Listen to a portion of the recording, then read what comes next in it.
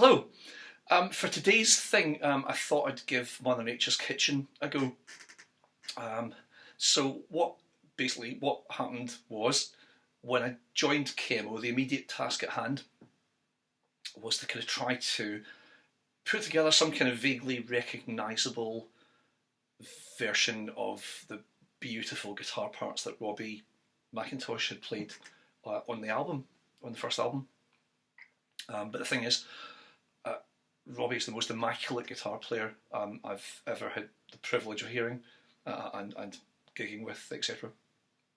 He can play anything except badly.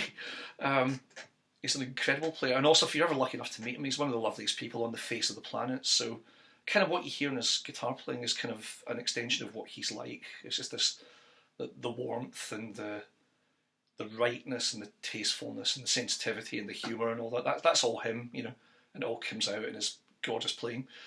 But by, by contrast, I play like a complete ruffian. I couldn't hope to get anywhere near that level of not just accomplishment, but just tastefulness. Everything, he can't help but play tastefully and beautifully. That's what he is. That's what he's like.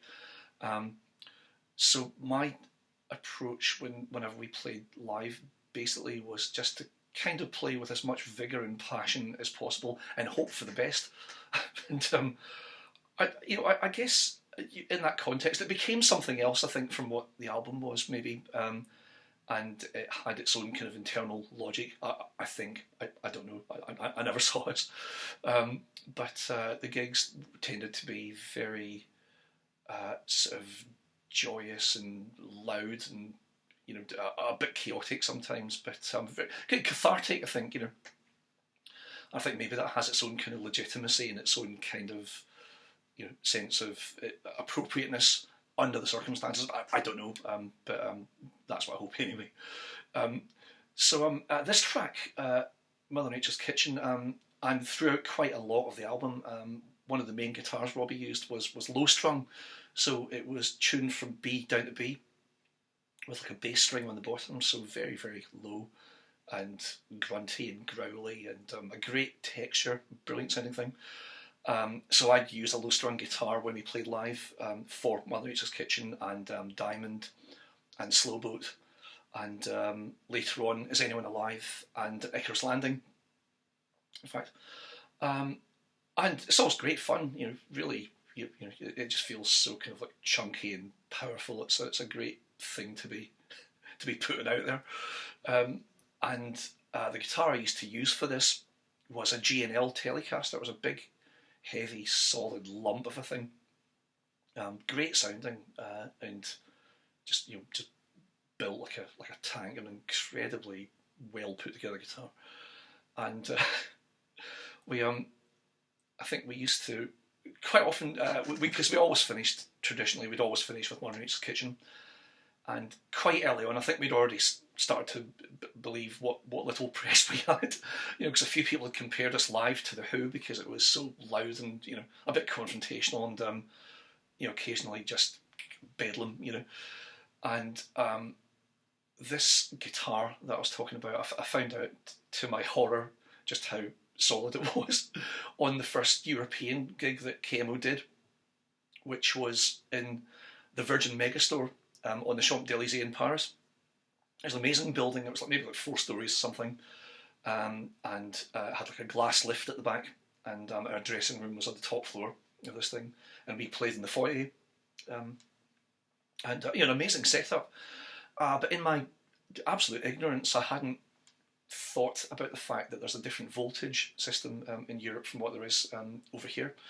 The amp I was using, there's a little switch on the back that you can change the voltage, no problem, fine. But I hadn't thought about the fact that I had this rack-mounted effects unit, except it wasn't mounted on a rack. I had no rack. It was just sat on top of the amplifier, taped on, in fact. And it had a bunch of presets that I put into it for different effects throughout the songs. But this just went haywire because of the voltage difference. So every time I stood on one of the pedals, something completely random would happen. The doors would open and trousers fall down. Just chaos. So the gig itself was a bit fractious. We didn't sound like ourselves, but just a bit, So at the end of Mother Nature's Kitchen, it felt perfectly appropriate to to start slinging stuff about. So Kevin took his guitar off and he swung it around and batted the mic stand and mic over and turned and walked off. And while he was doing that, I took this massive lump of a G&L Telecast and threw it in the air. And as I was turning on my heel to join Kevin and go back in the lift up to the dressing room, I saw out of the corner of my eye, with absolute horror, the promoter of this gig jumping on stage to pick up Kevin's mic stand. And in agonising slow motion, I saw my guitar come down and hit him very, very accurately on the head. And I just thought, oh God, I've killed him.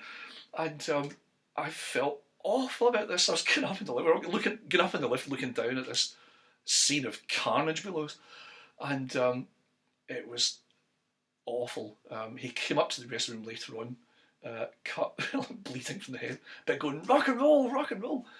And I was going, I'm so sorry, I didn't mean that to happen. Oh no, oh God. I still feel awful about it. If by some weird quirk he happens to see this, I'm so sorry, I love you. I'll take my regret about that one to my grave. I'm so sorry.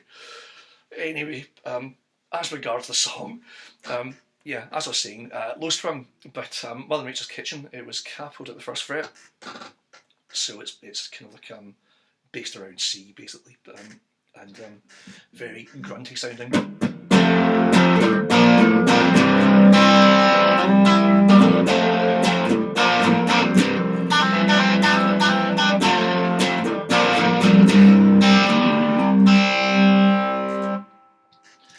That kind of thing. It's out completely until the so that's the intro. Does that? It's out completely after that until the kind of end of the first verse, and it comes back into this little kind of arpeggiated figure.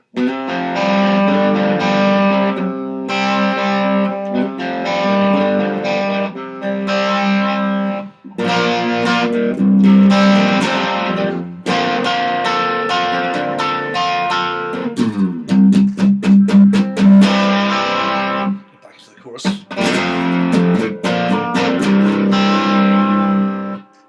And then it joins in throughout the second verse.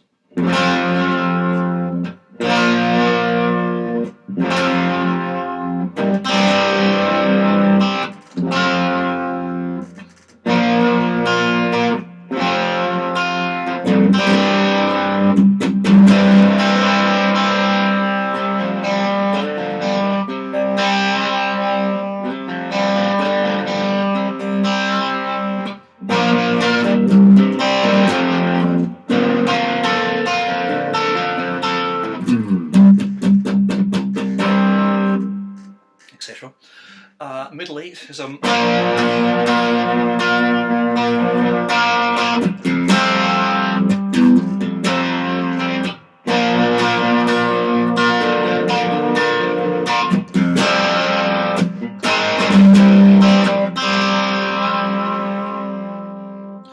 the kind of build up to the kind of the bit where it all drops down the middle is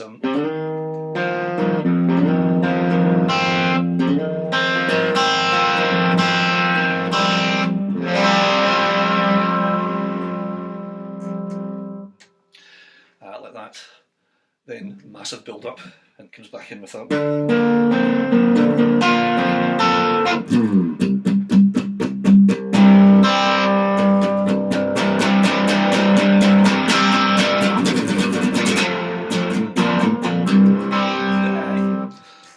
Excuse the fairly approximate tuning there,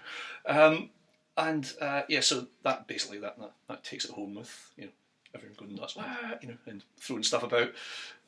Always great fun to play, and always quite nutty. I hope that made some sense, and I hope you're not too horrified at that awful story of me trying to kill a promoter accidentally.